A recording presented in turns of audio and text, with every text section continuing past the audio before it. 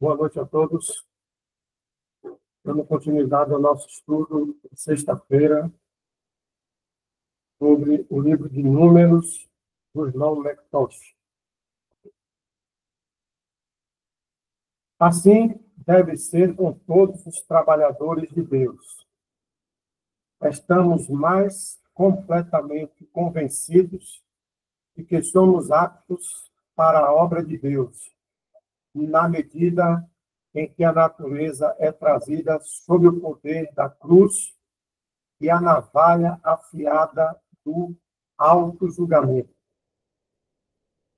A vontade própria nunca pode ser disponibilizada no serviço de Deus. Não. Ela deve ser deixada de lado, se quisermos saber o que é o verdadeiro serviço.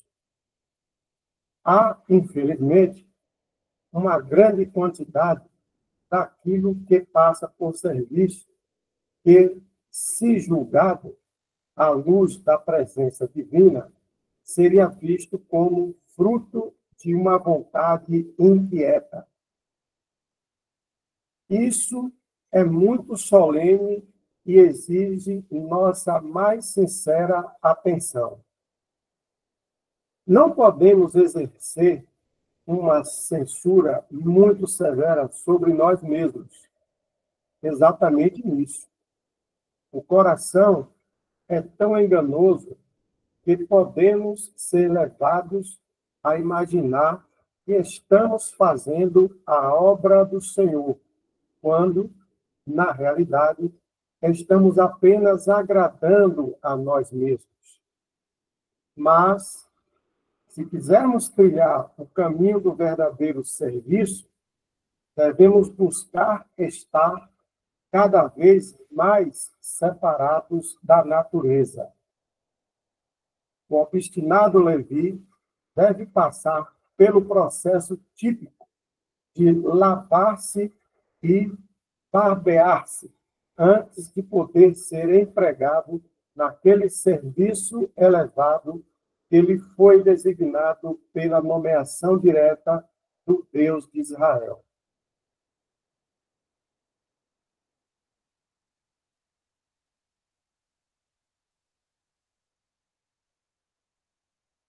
Mas, antes de prosseguir para examinar particularmente o trabalho e serviço dos levitas, devemos olhar por um momento para uma cena em Êxodo 32, na qual eles desempenham um papel muito proeminente e muito notável.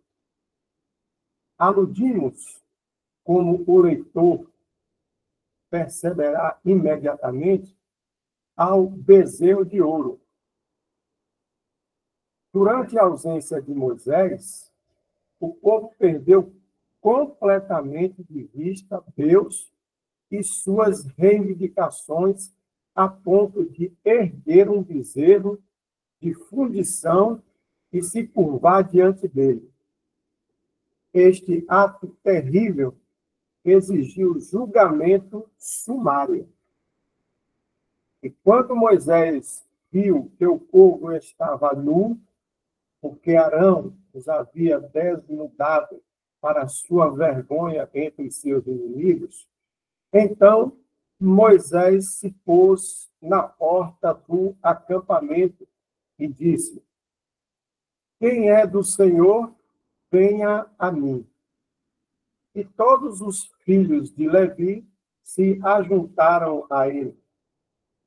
E ele lhes disse: assim diz o Senhor, Deus de Israel, ponha cada um a sua espada ao seu lado, e entre e saia de porta em porta por todo o acampamento, e mate cada um a seu irmão, e cada um a seu companheiro, e cada um a seu vizinho. E os filhos de Levi fizeram conforme a palavra de Moisés. E caíram do povo, naquele dia, cerca de 3.000 homens, pois Moisés tinha dito: consagrai-vos hoje ao Senhor, cada um sobre seu filho e sobre seu irmão, para que ele vos conceda uma bênção neste dia. Êxodo 32, versículos 25 a 29.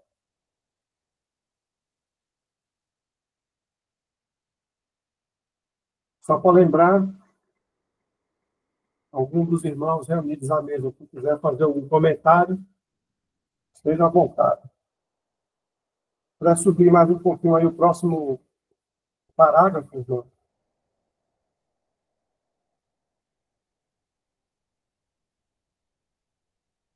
Ok. Este foi um momento de teste. Não poderia ser de outra forma, quando esta grande questão foi pressionada para casa, no coração e na consciência. Quem está do lado do Senhor? Uma pergunta. Quem está do lado do Senhor? Nada poderia ser mais penetrante. A questão não era quem está disposto a trabalhar. Não. Era uma questão muito mais profunda e penetrante. Não era quem irá aqui ou ali para isto ou aquilo. Pode haver uma vasta quantidade de fazer e ir. E o tempo todo pode ser apenas o impulso de uma vontade inquebrantável, que, agindo sobre a natureza religiosa, deu uma aparência de devoção e piedade eminentemente calculada para enganar a si mesmo e aos outros.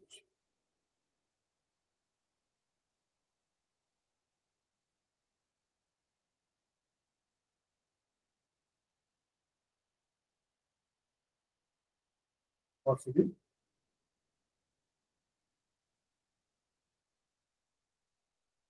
Irmão, só um breve comentário aqui, né? O irmão está lendo o texto, me veio à mente um versículo que fala de que Deus não estava mais se agradando das festas, né?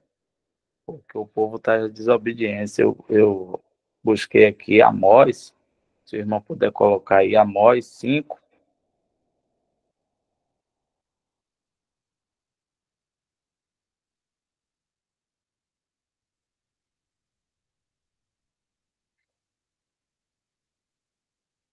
21.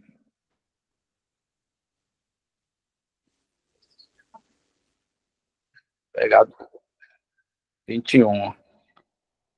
Odeio, desprezo as vossas festas e as vossas assembleias solenes. Não me exalarão bom cheiro. E ainda que ofereçais holocaustos, ofertas de alimentos, não me agradarei delas, nem atentarei para as ofertas pacíficas de vossos animais gordos.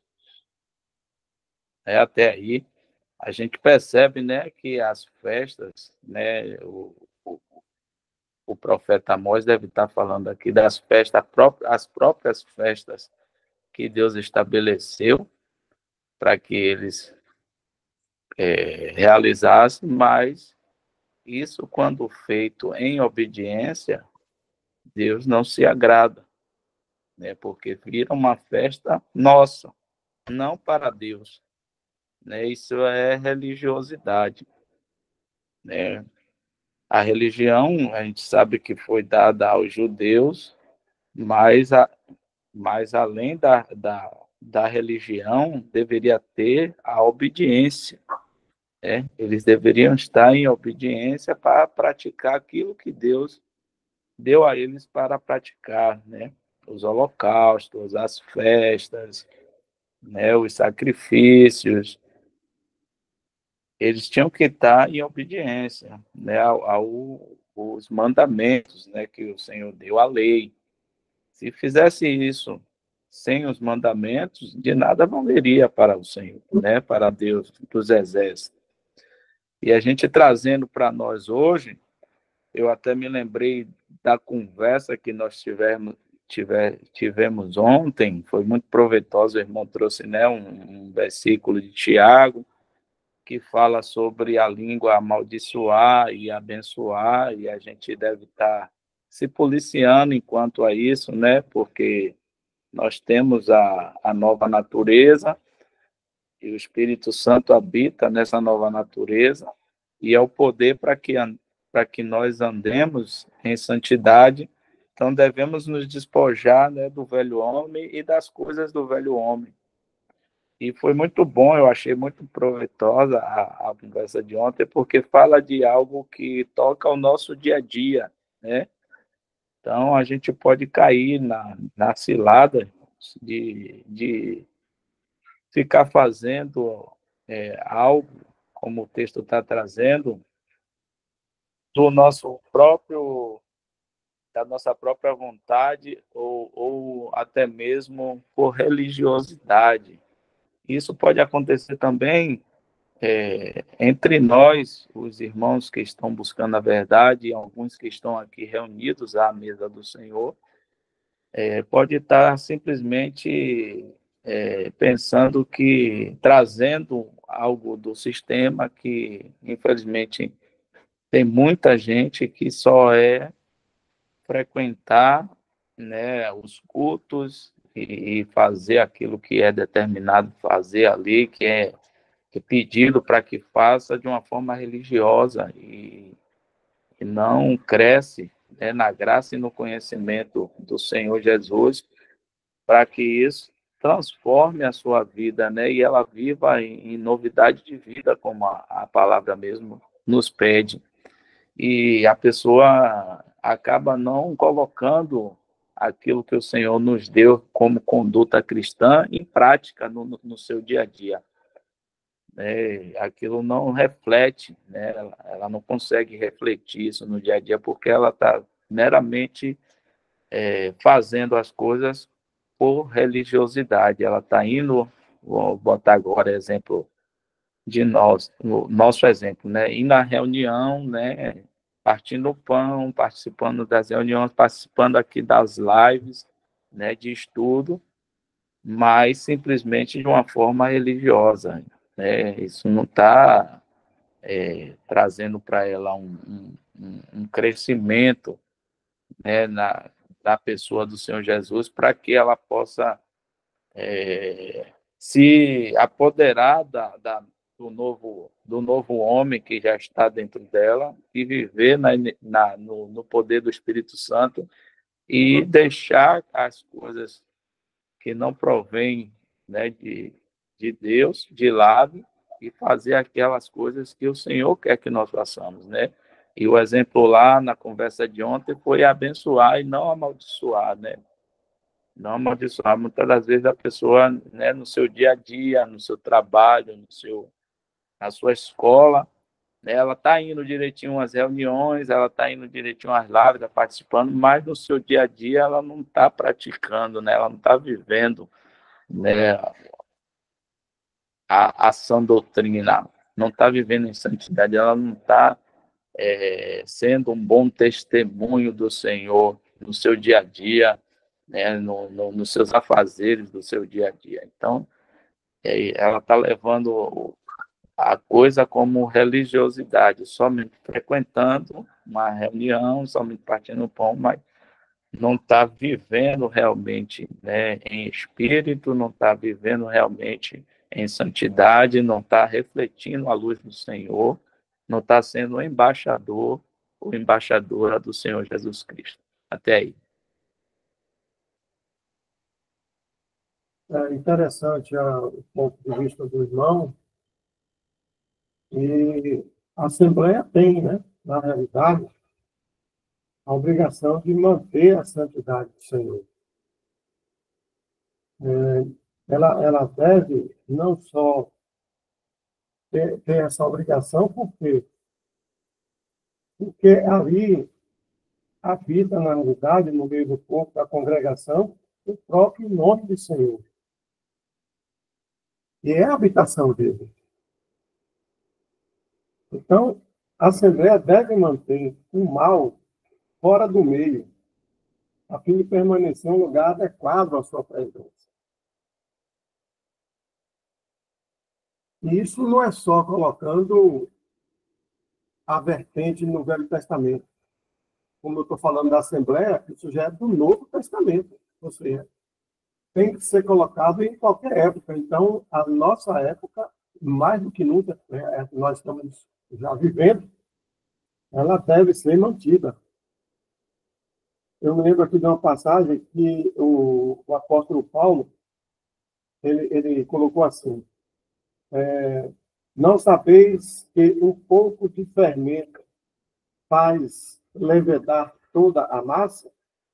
Alimpai-vos, pois, do fermento velho, para que sejais uma nova massa. 1 Coríntios 5, 6, 8. E Gálatas 5, 9, 12. E lá também ele teria colocado que as más conversações corrompem os bons costumes. 1 Coríntios 15, 33. Então, é um ponto de vista, no mundo atual, e que nós temos que observar na Assembleia, que se não tirarmos o mal do meio, logo outros seriam afetados por esse mal. E aí há uma contaminação geral.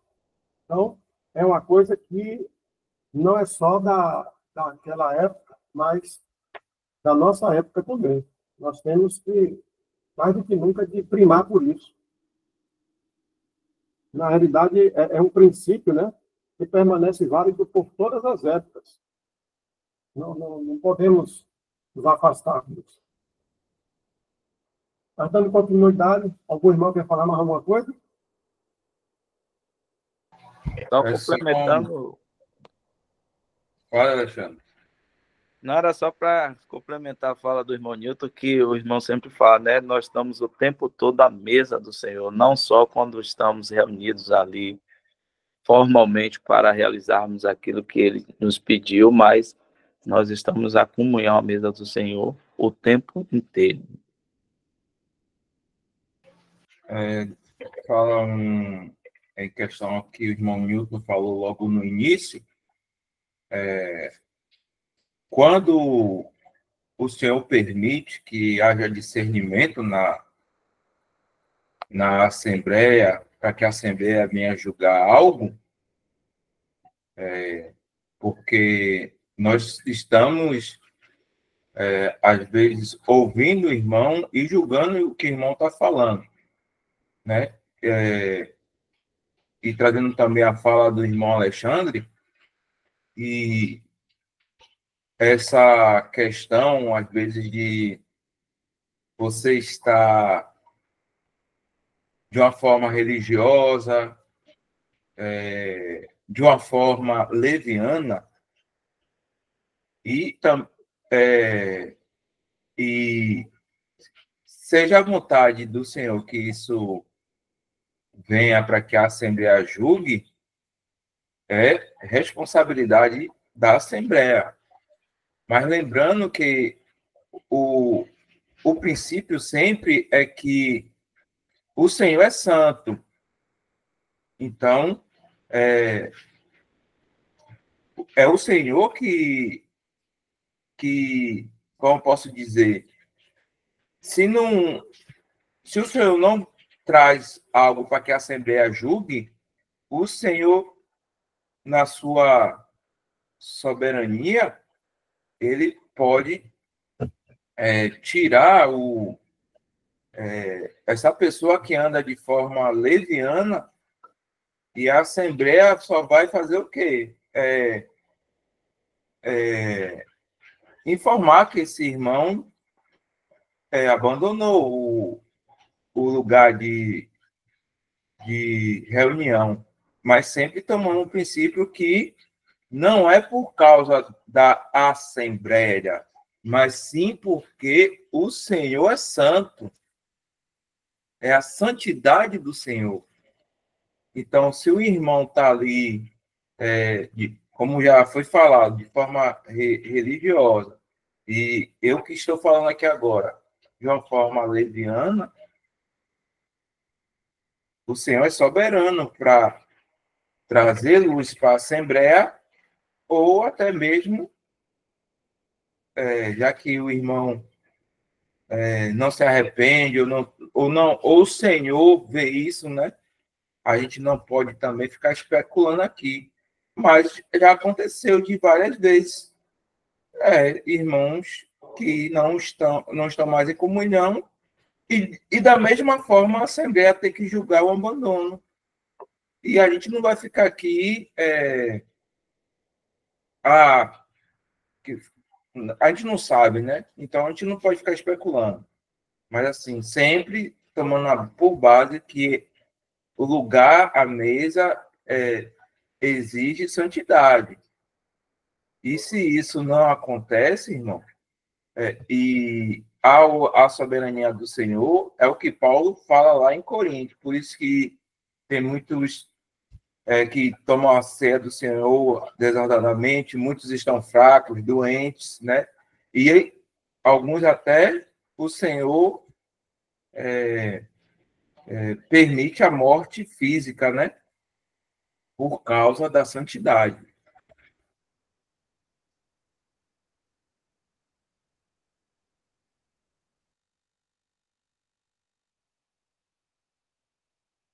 Irmão Jefferson, concluiu?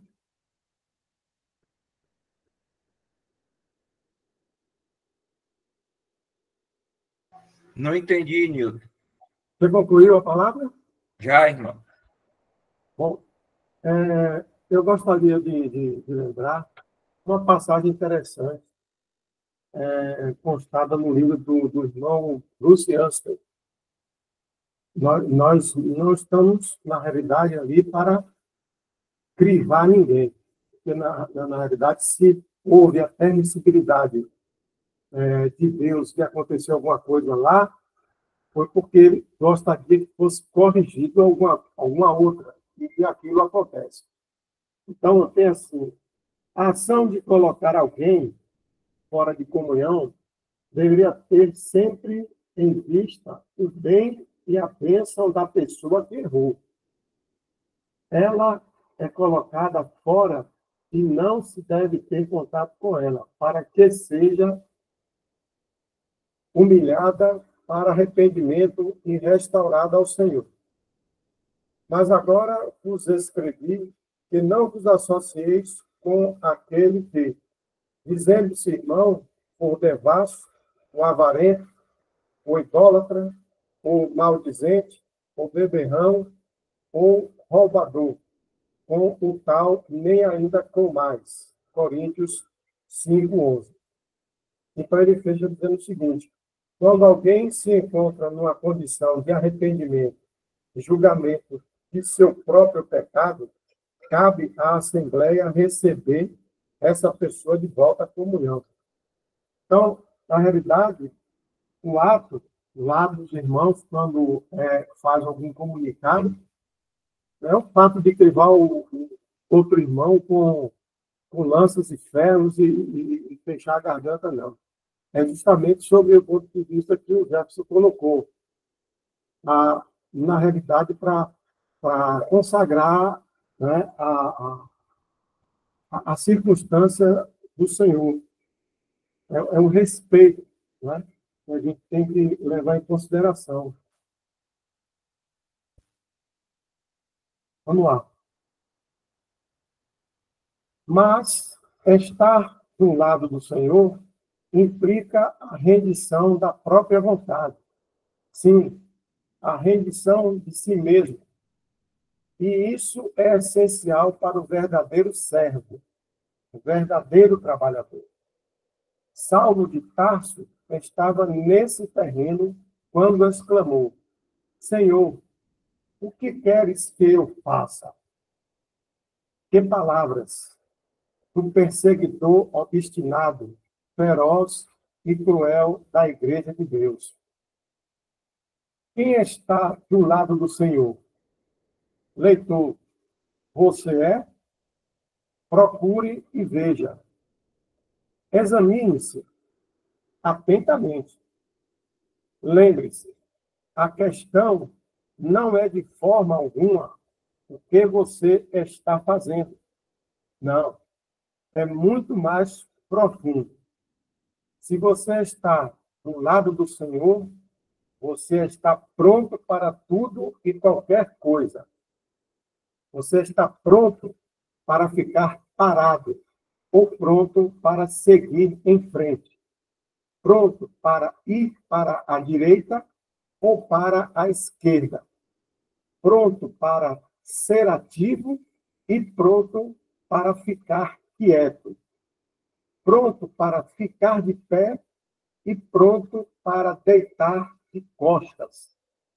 O ponto principal é este, a saber, a rendição de si mesmo às reivindicações de outro.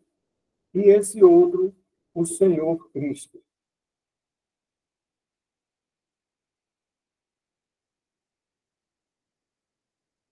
Este é um ponto imenso. De fato, não conhecemos nada mais importante no momento presente do que esta pergunta investigativa. Quem está do lado do Senhor? Vivemos em dias de imensa obstinação. O homem exulta em sua liberdade. E isso aparece muito proeminentemente em questões religiosas.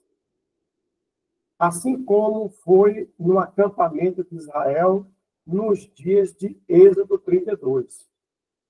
Os dias do bezerro de ouro. Moisés estava fora de vista e a vontade humana estava em ação. A ferramenta de gravura foi colocada em operação. E qual foi o resultado? O bezerro de fundição.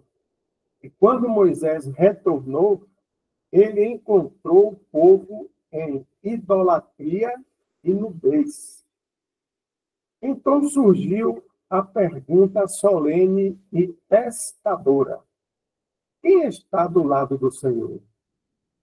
Isso trouxe as coisas para uma questão, ou melhor, colocou as pessoas à prova. Nem é diferente agora.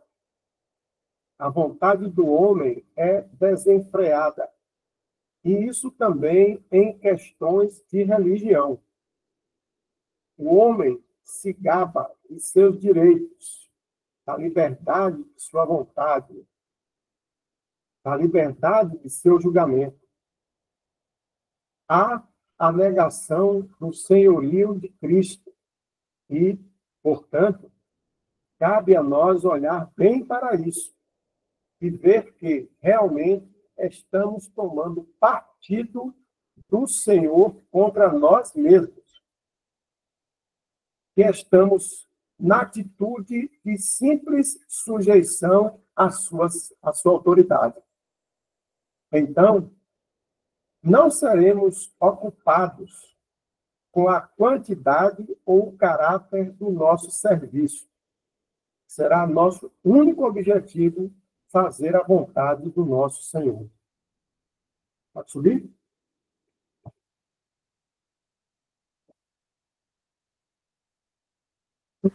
Agora, agir assim sobre o Senhor pode muitas vezes dar uma aparência de estreiteza à nossa esfera de ação. Mas com isso não temos nada a ver. Se o mestre diz a seu servo para ficar no salão e não se mexer até tocar o sino, qual é o dever do servo? Claramente, ficar parado.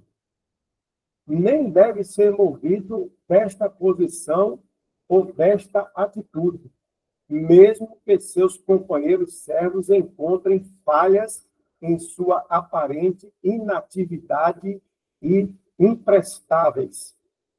Ele pode ficar certo de que seu mestre aprovará e justificará. Isso é o suficiente para qualquer servo de coração verdadeiro, cujo único desejo será sempre não tanto fazer muito, mas fazer a vontade do seu Senhor. Em uma palavra, então, a questão para o acampamento de Israel, no dia do bezerro de ouro, é a questão para a igreja, neste dia da vontade humana. É esta: quem está do lado do Senhor? Uma questão importante, não é? Quem está do lado da religiosidade, filantropia ou reforma moral? Pode haver uma grande quantidade de qualquer uma ou todas essas coisas. E ainda assim, a vontade é completamente inquebrável. Não nos esqueçamos disso. Não. Antes, deveríamos dizer, vamos tê-lo continuamente em mente. Podemos ser muito zelosos em promover todos os vários esquemas de filantropia, religiosidade e reforma moral, e, ao mesmo tempo, estar ministrando a nós mesmos e alimentando a vontade própria. Esta é uma consideração muito solene e pesada. Nos convém dar atenção séria a ela. Estamos passando por um momento em que a vontade do homem está sendo mimada com diligência incomparável. Acreditamos, com toda certeza, que o verdadeiro remédio para esse mal será encontrado envolto nessa questão importante. Quem está ao lado do Senhor? Há imenso poder prático nesta questão. Estar realmente do lado do Senhor é estar pronto para qualquer coisa para a qual Ele possa achar adequado nos chamar. Não importa o quê.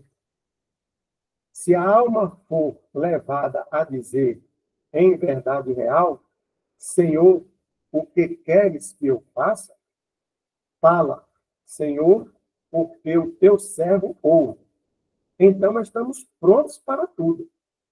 Portanto, no caso dos levitas, eles foram chamados para matar cada um ao seu irmão, e cada um a seu companheiro, e cada um a seu próximo. Este era um trabalho terrível para carne e sangue, mas o momento exigia isso. As reivindicações de Deus tinham sido abertas e grosseiramente desonradas. A invenção humana estava em ação com a ferramenta de gravura. Você subiu aí, eu me perdi aqui. A invenção humana estava em ação com a ferramenta de gravura. E um bezerro tinha sido colocado para cima. A glória de Deus havia sido transformada na semelhança de um boi que come capim. E, portanto, todos os que estavam do lado do Senhor foram chamados a cingir a espada. A natureza poderia dizer, não, sejamos ternos, gentis e graciosos.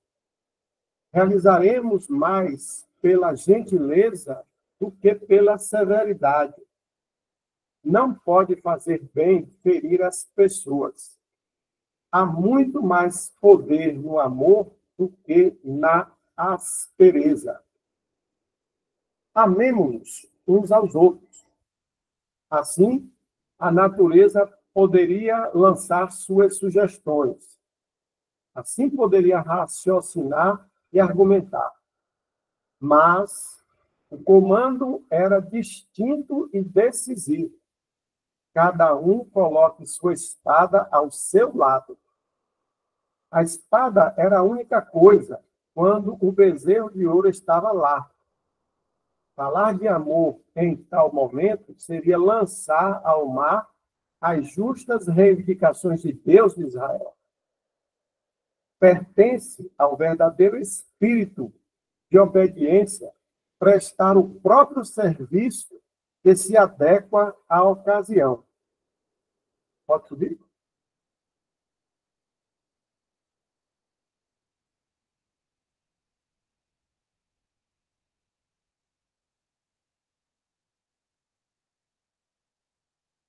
Um servo não tem o direito de raciocinar. Ele deve simplesmente fazer o que lhe é ordenado. Levantar uma questão ou apresentar uma objeção é abandonar nosso lugar como servo. Poderia parecer um trabalho muito terrível ter que matar um irmão, um companheiro ou um vizinho. Mas a palavra do Senhor era imperativa. Não deixava espaço para evasão. E os levitas, pela graça, renderam uma obediência plena e pronta. Os filhos de Levi fizeram conforme a palavra de Moisés. Este é o único caminho verdadeiro para aqueles que serão trabalhadores de Deus e servos de Cristo neste mundo onde a autodeterminação é dominante. É imensamente importante ter a verdade do senhorio de Cristo profundamente gravada no coração. É o único regulador do curso e da conduta. Ele resolve 1000 questões. Se o coração estiver realmente sujeito à autoridade de Cristo, ele estará pronto para tudo e qualquer coisa para a qual ele nos chama, seja para ficar parado ou para seguir em frente, para fazer pouco ou muito, para ser ativo ou passivo.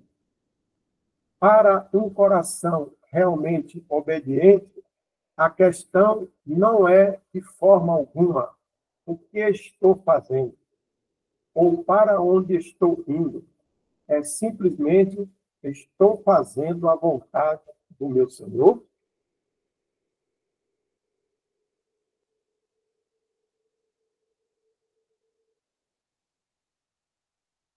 Muito interessante, né? A gente já comentou sobre isso e o texto é muito contundente, né? A questão da obediência, né?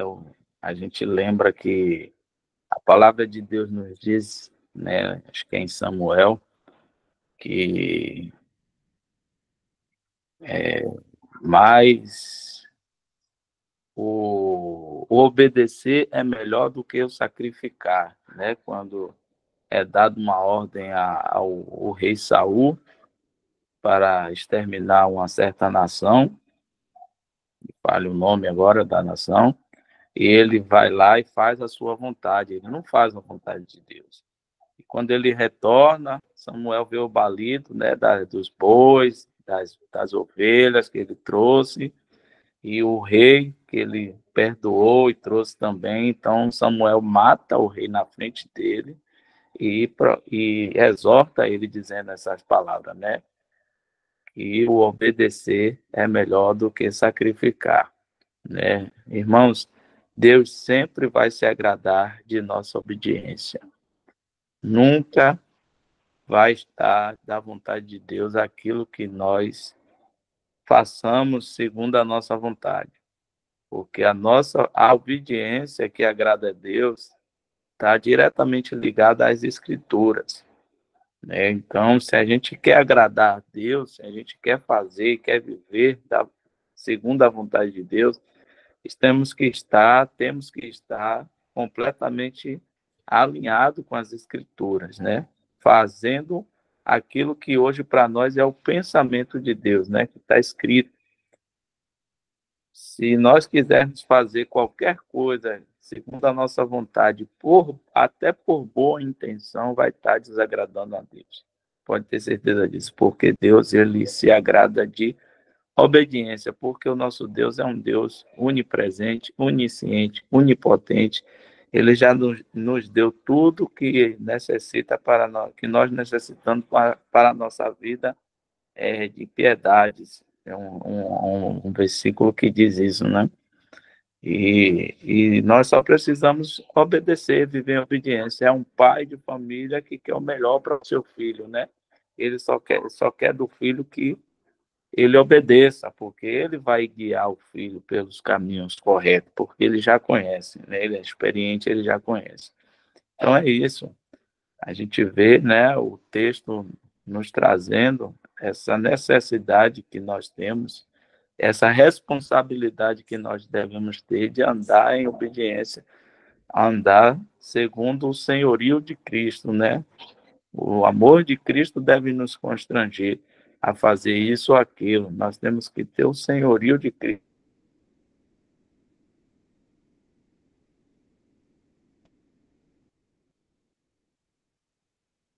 Bastante oportuno o exemplo que o irmão Alexandre deu sobre o Saul. Inclusive, salvo engano, não sei se é nessa passagem, se não, os irmãos podem me corrigir, que ele tenta, inclusive, ludibriar o Senhor, justificando as ações de não ter cumprido, né, o que foi determinado. Ou seja, por que deixou vivo o rei, por que deixou vivo o boi gordo, o carneiro mais interessante. Ele tentou ainda se justificar. Não foi isso mesmo?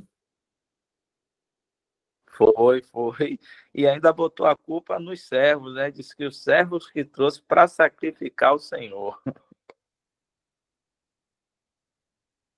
Perfeito. Irmão Jefferson, aqui no meu computador, 21:02. Se o irmão não tiver nada ou algum outro que vai fazer algum comentário, a gente poderia anotar aí o local que parou para uma próxima oportunidade, se assim o senhor permitir, amém?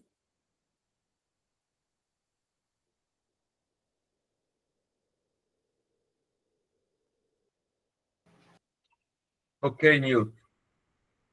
Já marquei aqui. Vou estar tirando a gravação. É que eu senti falta do irmão Irlan. Irmão Irlan, você está aí, irmão? Ou é a esposa, a irmã Ana Carla? Vou estar tirando a gravação. Tô sim, irmão. Vou tirar a gravação. O irmão pode agradecer?